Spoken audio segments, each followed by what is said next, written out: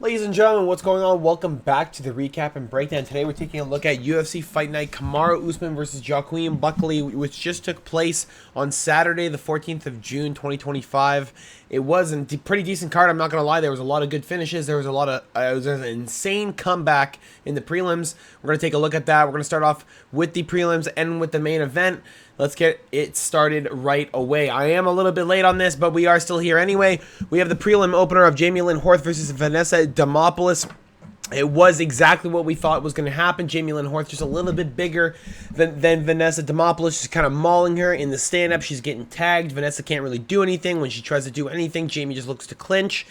There wasn't a whole lot to be done. She lost 30-27 in my opinion. Vanessa was like looking at the camera and after the fight saying, you know, I'm game. You guys all saw that tonight. I'm game. Yeah, you're game, but you fucking lost terribly. You're not good enough to even win in this division, it seems like, anymore. The level of competition is skyrocketing at strawweight or at flyweight. It's moving quite quickly. And Jamie Lynn Horth isn't even a super high level flyweight, but she is a girl that is quite large for the division. 5'7", 66 inches of reach. She just had a lot of strength over Vanessa. The grappling was all over Horth, and the striking was just clearly in the advantage of Horth. Just good, clean shots, moving well, getting out of the way of Vanessa. Took a couple good shots herself, but Horth did end up winning quite decisively. Next on the prelims, we had Philip the Fresh Prince Rowe, which was one of my locks of the week, and Ange Lusa at welterweight. And Phil Rowe lost the first two rounds pretty clear. Second round could have gone either way, maybe, but I gave it to Ange Lusa. You go into that third round, and his corner tells him, you need a knockout. You need to go out there. You need to put it all out on the table. You need a knockout 100%. Phil says, okay, goes out there, gets taken down. I gave up on him. I'm not going to lie. I gave up on him completely. He had 6.5 inches of reach. I thought he was going to be able to out-tag him all day. I thought he was going to be able to stay on the outside and just pop Ange with good, clean shots. I thought he was going to be able to move a little bit more laterally instead of just standing there and taking pot shots. I should have known from the Jake Matthews fight that he doesn't really move that well, honestly, anymore. I don't know why. He's kind of flat-footed. He looks to counter-strike way more than he should. But he did get up. He did lead into clipping Ange pretty good, dropping the mouthpiece, and the ref is absolutely, I don't know who ref this, Brent McKeon, absolute horrendous ref, stepped over the mouthpiece even, never picked it up, never gave it back to Lusa, and then Phil just absolutely unloaded on Ange Lusa's face, dropped him, well, it didn't drop him, but just had him outstanding up, just mauled him with absolutely everything in the arsenal. Phil was landing insane shots, solid knee. He had pushed his head up against the cage and was landing right hands on his fucking chin. It was absolutely insane. Ange was completely out standing up. I couldn't believe it. I was screaming. I'm sure there's going to be a video out later this week with me doing a reaction to that. I was literally losing my mind. I was screaming at the top of my lungs. I'm surprised I did not get a noise complaint. It was an absolute insane comeback from Philip Rowe. I'm glad to see that he was able to get a knockout at welterweight. Maybe that will give him a little bit of confidence in the UFC, and maybe he'll be a little bit more, you know, lucid in the fucking ring, man. Maybe a little bit more fluid, because this guy right now, I don't know what's going on with him. He's looking really, really tight, and he's looking like he's not moving well anymore, and he's just got lucky against Los, I'm not going to lie, because he won the first two rounds. So Phil needed a knockout, ends up getting it with 57 seconds left on the clock. Fucking insane comeback. Next on the prelims, Ricky Simon versus Cameron Smotherman. We knew how this was going to play out. Ricky Simon's just better everywhere. Realistically, Cameron Smotherman's one of those guys that got into the UFC prematurely. Got brought in with a Jake Hadley short notice fight, and he was a huge underdog in that fight. That's why he has a lot of love when he fought Seri City and when he fought Ricky Simon. He was a little bit closer than he should have been. He should have been bigger than a plus 350, honestly. Ricky Simon was a high level bantamweight. Granted, he did go on a big loss streak recently in his career, but dude, Song Yadong, Mario Bautista, Vinicius Oliveira. That's pretty scary competition, I'm not going to lie. And then he ends up knocking out Yadabash right in the first round. That's an insane fight in and of itself. I would have liked to see maybe Cameron Smotherman get maybe some easier fights. I think they're just trying to get him out of the UFC. That's his third fight. I think that's the end of his contract on that short notice thing, on that stint. Maybe he has one left, but I don't think he does. Ricky Simon with a really good unanimous decision, 30-27, I think 229-28, which was shocking. I thought it was a little bit more clear than that, but okay. Ricky Simon was able to mix it up quite well. He did put on the pressure on Cameron Smotherman, but This isn't really more of a highlight of Ricky Simón in this fight. This is more of Cameron Smotherman not being ready for the UFC. There wasn't a whole lot of Ricky Simón, or a whole lot Ricky Simón did that was super, super impressive. It was just more, you know who he is. He's good in the mix-up. He's good in the grappling. His wrestling's pretty solid. And he just looks to, you know, mix up wherever he can. Yeah, he kind of forced a little too much against the cage, but Cameron Smotherman wasn't ready for it, and he wasn't going anywhere. So, you know, you got what you got, and Ricky Simón just ends up mauling him on the ground, mauling him on the feet. Smotherman was landing some good shots in the third round. I thought could have stole that round maybe, but I thought still Ricky Simón with the control and everything.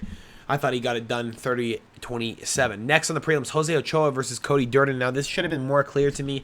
I should not have made the mistake in picking Cody Durden on the picks and the predictions. Jose Ochoa is an absolute fucking animal. This guy has really good takedown defense, and Cody Durden realistically didn't really throw a whole lot of takedowns anyway. There wasn't a whole lot of entries that Cody Durden attempted to make that were good. Jose Ochoa saw them from a mile away. He was shooting out from too deep. To be completely honest, too far away. And even when we got against the cage, Jose Ochoa just a little bit too strong for Cody Durden, just absolutely muscling him and just moving around and rotating him consistently until he was able to get just absolute insane shots off. He was just popping Durden with everything. He was hurting him bad. He was popping his head back. He was bleeding already. Cody Durden led into that second round, and we already knew how it was going to end up. And within 10 seconds, Durden's down, and they end the fight. Jose Ochoa is just... He's got next level boxing, bro. That kickboxing is ridiculous. Durden literally couldn't step in whatsoever. The knees, the uppercuts, the overhands. He was just so slick in the boxing. That also should be a big indicator. Loner Kavanaugh, bro, is a problem. This kid's a real prospect. He's probably going to maul the shit out of Charles Johnson. I'm not going to lie. Granted, Johnson is a lot bigger than him. It just seems like Loner Kavanaugh, dude, Jose Ochoa is a fucking problem, and he lost to him by decision. Like, Cody Durden couldn't even make a dent, and Cody Durden's really good everywhere. He's pretty decent in the stand-up. He doesn't have good defense, but I'll give him the offensive side. He's quite good, and in the grappling, quite good defensively as well, and it's insanely sound. Couldn't do shit. Couldn't do anything to Jose Ochoa. Ochoa just ends up mauling him. Good win. Unfortunate for us because we got the pick wrong, but that leads into an absolute insane finish, which was Malcolm Wellmaker versus Chris Moutinho. Moutinho makes his UFC reappearance after winning 4 fights in a row on the regionals, or 5 fights in a row on the regional scene. Last in the UFC, getting knocked out by Guido Cantini, or Canetti, excuse me. I don't even know who that guy is, honestly. I don't think I ever watched that guy fight. He fought Mario Bautista on what card? Jan versus Duval's, really? Did I watch this card? Jonathan Martinez beat Saeed? That makes sense. I don't think I ever watched that card. Dude, I've been watching cards for 3 years, almost 3 years total. I don't understand how I don't remember that card. Maybe I'm just fucking brain dead. Anyway, Moutinho makes his reappearance. Anyway, I don't know why I went into that backtrack. Welcome, Wellmaker is the future. This kid's literally the future. He turned up into a minus 2,000 favorite by the time the fight started. Chris did not stand a chance. He fucking walked forward with his hands kind of low, walked kind of flat-footed, threw some nice punches. There was like nothing there though. Malcolm Wellmaker just fucking was waiting for the right time. Landed that perfect counter right, dropped him out. And that's just the power side of Malcolm Wellmaker, bro. The counter right is the absolute power side. He's just got a problem with that right hook. That right hook has ended lives. And Chris went out flat on his face. So that's just absolutely depressing to see. Malcolm Wellmaker, I don't know what he's going to do at bantamweight when he finds a really good wrestler that doesn't give a shit about his striking, that just absolutely mauls him in the takedowns. I'm not sure about that. We don't know. He's only fought strikers. But when that comes, it's going to be a huge testament. Because if he can stop a takedown, this dude's a fucking problem. 72 inches of reach, 5'10 at 136. Fuck me. This guy's huge. That's ridiculous. Anyway, Malcolm Wellmaker in the first round, 2 minutes 37 seconds is all he needed. We move on to the next on the prelims, Michael Chiesa versus Court McGee. Now, I don't know what the fuck happened. I don't know why it happened. Michael Chiesa chose to partake in a kickboxing fight with a 41-year-old Court McGee. He didn't shoot a takedown. He didn't attempt one. He didn't attempt clinches. He didn't attempt trips. He didn't attempt a double leg. He didn't attempt a Darce. He didn't attempt any submission. He didn't attempt anything. He really didn't. He showed how piss poor he is in the striking. He showed an absolute piss poor performance in striking against a 40-and-a-half-year-old Court McGee. That is what I watched on Saturday night. It was absolutely horrendous. Michael Chiesa, or Chiesa, I don't know. I keep fucking switching the names because I don't know which one it's pronounced. I don't care. This dude should have been way better in the stand-up for a guy who's 37 and been in the UFC for that long. This guy is fucking terrible. He has really good takedowns, didn't use them. Has really good submissions, didn't use one. Has really good jiu-jitsu, didn't even see a lick of it. Didn't even see 10 seconds of it. Literally didn't see any of it. It was pretty boring, in my opinion, to watch two dudes throw 30 strikes total in that whole fight, or whatever it was. It must have been close to that, because that's what I fucking felt like. Honestly, you know what? I'm talking shit. Maybe I don't know what I'm talking about. Michael Chiesa versus Court McGee. Let's see. I can just click on this, right? 81-51. Okay, that doesn't even seem right, but sure. It says 6 takedown attempts. You're fucking lying to me for Court McGee. Whatever. That was an absolute horrendous fight. We don't need to talk about it any further. Michael Chiesa wins by unanimous decision, 30-27. Court McGee never stood a chance, 40 years of age. Did he really? Did he really ever stand a chance ever? No. This dude's on the fucking way out. This guy should have retired in this fight. I don't think he did. He's just fighting old heads at this point. He's fighting the older generation of the UFC. Just get out, please. Like, there's no point anymore. Next on the prelims, we have the highlighted prelims of the evening. Paul Craig versus Rodolfo Bellato. And Paul Craig is on his back after getting dropped. Rodolfo Bellato is smashing on his face. They're in fucking full guard or whatever it is. And then Rodolfo Bellato eats an up kick. All right. He fakes getting knocked out. Lays on his back. Paul Craig is like, what the fuck? It was legal. No, it wasn't. It was very illegal. He had one knee down. I don't know how we're even talking about this. Bellato clearly was faking the injury. Fell backwards. Was like, oh, what happened? Meanwhile, he's having like a talk with the ref on the way down. And then he hit the ground and he was still awake. And then he went out. And then he came back. And then he like jumped away like the ghost of fucking Satan was trying to grab his ball sack. I don't know. Rodolfo Bellato looked like a goof. Paul Craig almost beat him, arguably did, knocked him out, whatever you want to call it. I don't care. It was an illegal shot. Bellato realistically should have won. Oh my god, of course I yawned. Bellato realistically should have won on DQ, but they didn't give it to him. Paul Craig, I'm sure, is going to fight this guy again at some point. This is just a fight that needs to end and never happen again. Paul Craig is fucking garbage. Rodolfo Bellato is garbage. They're both cans. The fight of the cans is not what we want to see in the highlighted prelims, by the way, because they knew a finish was coming. They did not expect a no contest with Paul Craig knocking the dude out. Now, next on the main card, to start off the main card, we had the highlighted prospect from France, Umar Sy, take on Alonzo Menafield at light heavyweight, and now Umar Sy looked like dog shit. He looked like dog shit. He couldn't do anything. He literally couldn't do shit against Alonzo. He threw takedowns late, looked like shit, lost the first and third round. Was absolutely gassed out in that third round. The second round was close. I can't believe Alonzo Menafield won as a plus 500. That dude's been knocked out by absolute fucking bums. Like bums. He lost to William Knight. He got knocked out by OSP in 2020, which is fucking depressing. Umar Sy should have realistically gone out there with his 7 inches of reach, and he should have mauled Alonzo Menafield. He should have gone out there. And this was my lock of the week, of course, to win by finish. Umar Sy should have went out there and mauled him. Instead, he plays defensive for the first round, loses it, goes out in the second round, thinks he's just going to walk over him, doesn't, and then you have Alonzo Menafield, who just rolls over in the third round because he's just better. He's got better cardio. Umar Sy is never in the third round. This guy's never gone to a decision and loss in his life. This guy's always just trying to fucking maul kids. He won the first 2 rounds against Dawoon Jung. He beat the shit out of that dude.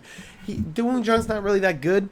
In hindsight, he's pretty good, but like as we look back at it now, he just like he's got a couple wins in the UFC. Kennedy and Jetsuku 3 years ago. William Knight, like you know what I mean? Like not really that good. Absolute horrendous fight for Umar Sy, and absolute disrespect to France too, because you're coming out of one of the few prospects out of Paris, and you're fucking show up like that and absolutely shit the bed. I can't believe Alonzo, they even gave the win to Alonzo, but it is what it is. Good win, I guess. Next on the main card, Mansour Abdul Malik versus Cody Brundage. Now, we go through the first 2 rounds, and Mansour Abdul Malik just kind of beats the shit out of Brundage. Brundage really can't do anything. He's just getting tagged, getting tagged, getting tagged. Never goes out, though. Never goes out. Goes into the 3rd round. And we start off, and he goes down, he gets put out, and we think Mansour Abdul Malik won by knockout and ends up with a headbutt between him and Brundage. But since the 3rd round had started and there had been some time put off the clock, it goes to a technical decision. Mansour Abdul Malik wins unanimously because there's no way in hell Cody Brundage won a fucking round. I don't know how one of the judges gave 29-28. You can eat my absolute ass. You're fucking wrong because he didn't do shit. And Mansour Abdul Malik remains undefeated at middleweight. Now, this kind of sucks because I would have liked to see Mansour Abdul Malik go out there and kind of torch Brundage. He did take a more calculated approach. He was a little bit more worried about Brundage's, power and how he just likes to torch guys, which is understandable. I get that, which maybe we should take that into consideration again when we're taking our predictions and stuff over 1.5 rounds for guys who are a little bit stronger and a little bit worried. Because Mansour Abdul Malik is one of those guys that takes technical approaches. He's not one of those guys that just kind of waltzes in. He's not a guy that wants to bang like, Steve Garcia or who's that? Zhang or Mingyang Zhang. Like those guys. Those guys want to wait in the pocket. Even who's the guy that beat John? Dominic Reyes. Even Dominic Reyes likes to wade into the fire. He's not really a technical guy. He wants to well, he is, but he wants to go in there and bang you when you're trying to throw back at him so that he can dip and just crack you with a perfect shot when you're basically going into his punch. Mansour Abdul Malik's not like that. More calculated on the kickboxing, which I like. Unfortunate, though. I would have liked to see an earlier knockout, especially because I didn't have bets on it, but I know 2 guys that had under 1.5 rounds they would have liked to win. That was their last leg. Cody Brundage, though, for having 8 inches down on reach, he did okay. Against a guy who's superior in the striking, too, and you've only fought really bums in the UFC. What, you have a win over Julian Marquez or something? Yeah, Marquez, Zachary Reese, Jacob Malkoon. Yeah, sounds about right. 1 second, guys.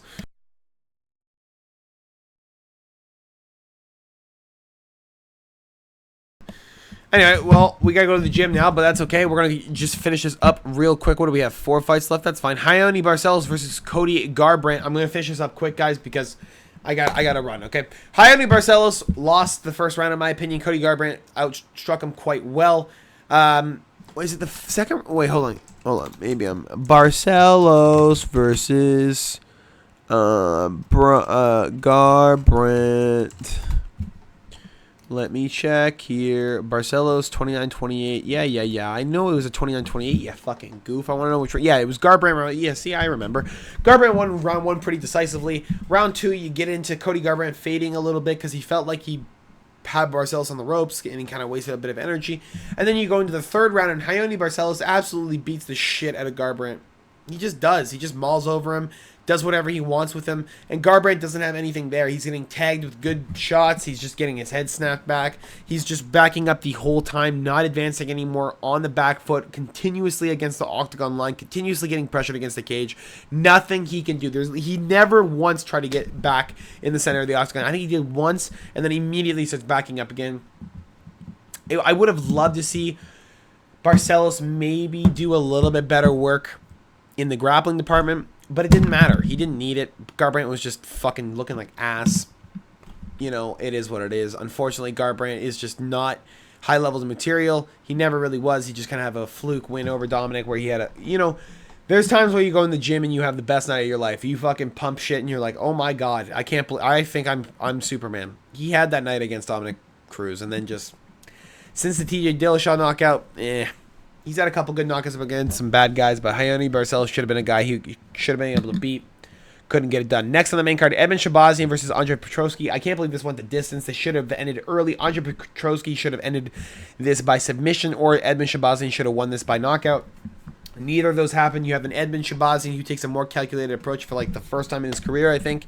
He doesn't choose to absolutely just maul whoever he's fighting in the first round and just gas out. He chooses to go 3 rounds and just outstrike Andre Petroski. Just put him against the cage, have him really hurt like fucking 10 times, hurt his leg, have him falling against the cage, falling on the ground because he's just all beat up. And Evan Shabazian never takes the opportunity to knock him out, never takes the opportunity to take a more, forward approach. He just kind of just sits there and just waltzes forward and, blah, blah, blah, blah, blah, blah, blah, wins unanimous decision. Cool. Yeah, not going to get you on the pay-per-view, not going to get you on the fucking high cards. But sure, if you want to keep doing that, you want to keep doing this bullshit where you fight mediocre guys and you can't even get finishes over them, all right, keep doing it. I would rather you go out there and blitz guys than you do this, but, you do you, Shabazian. I'm glad you got a win. It's fucking unfortunate to see that you couldn't knock this guy out, though, because you got Budka, you got Dobson, you could have had Mearshart, but you fucking shit the bed there. And I guess that's what you didn't want to happen here against another grappler. You didn't want to shit the bed. Fair enough. Andre Petroski wouldn't have done it to you, but I get it. Co-main event of the evening, Rose Namajunas against Miranda Maverick. Now, Miranda Maverick tore her ACL, I believe, in the second round of the fight. Could not really push off the leg anymore. Lost the second and third round. I thought she won the first round against Rose. Was just landing better shots against her. Was just ending up in the more advantageous positions. Was just more forward in the first round. Come the second round, Rose is starting to put on the pressure, starting to force Miranda back. You see the ACL tear. You can kind of see it when she drops, and Rose just runs over her in the third round. There's nothing she can really do. Granted, I would have liked to see Miranda Maverick maybe do a little bit more with her grappling early. I think she could have got Rose on the ground way earlier, and I think she could have just ended up holding her on the ground the whole fight. I don't think she ever needed to tear her ACL. She could have been against the cage most of the fight instead of trying to strike with Rose when you know you're better in the grappling department. Granted, Rose does have some nice submissions, but I don't think you should be worried about that as Miranda Maverick, who's looks like one of the top wrestlers in the division. She usually mauls girls. She isn't a girl who likes to, go for like super big KO punches. She just likes to sit girls on the ground and maul them, look for submissions. Kind of like old Ronda Rousey if she actually had, striking. I would have liked to have seen it from Miranda Maverick. It's a little bit unfortunate she tore her ACL. I think she could have won this fight for sure as a huge underdog. Good win for Rose. Unfortunate for us. Miranda Maverick loses again as our pick. Now, main event of the evening. Again, I got to get through this quick. Hopefully, you guys did enjoy this so far. Make sure to drop a like, subscribe if you have not already. We have Kamaru Usman versus Joaquin Buckley. And Joaquin Buckley absolutely shit the bed. Could not do anything against Kamaru Usman's grappling. His absolutely superior grappling to everything Buckley has done in his life. Nothing and no one Buckley has fought up until this point has been better than Kamaru Usman. And Kamaru Usman comes out with 2 busted knees, can barely walk by himself, and he ends up mauling Joaquin Buckley. And it didn't even look hard. I don't think Buckley won one round. I think it was unanimous 50-45, or it should have been, in my opinion. Buckley looked like dog shit. He should be out of the rankings because he beat Wonder Boy in, the last round after losing the first 2. Ruzaboyev was a nice win. Vicente Luque had a brain bleed not that long ago. No shit, you knocked him out. Colby Covington's dog shit. Alex Morono's garbage. Andre Fiallo is laughable in the UFC. This guy has losses against fucking everyone from Tim Buck to Tim 2. And then you got fucking Kamaru Usman come out there and maul you. He mauled you. I should have known from the Hamzat fight off the couch that Kamaru Usman was going to come out here and maul him. I think I did take it. It's important. Sorry, I had to fucking text back. Anyway, we have Kamaru Usman come out and just maul him. 2 busted knees. I get, like I said, should have known from the. I can't believe I'm losing my track now because of this goddamn text. I should have known from the Hamzat fight, though, that it was over. I should have known that Joaquin Buckley stood no chance. I'm pretty sure I took Kamaru Usman on the predictions. I'm not sure if I did, though. Buckley was just taunting me all week. I didn't take this guy for his last 5 fights. He won his last 5. I take him fucking on. I took him by finish on this fight, and I lost. You know what? I'm just mad I lost, okay? That's all I'm mad about. Hopefully you guys enjoy this. Make sure to drop a like, subscribe if you have not already. This was the predictions, or recap and breakdown. I will see you guys for the predictions later. I will talk to you guys later. Peace.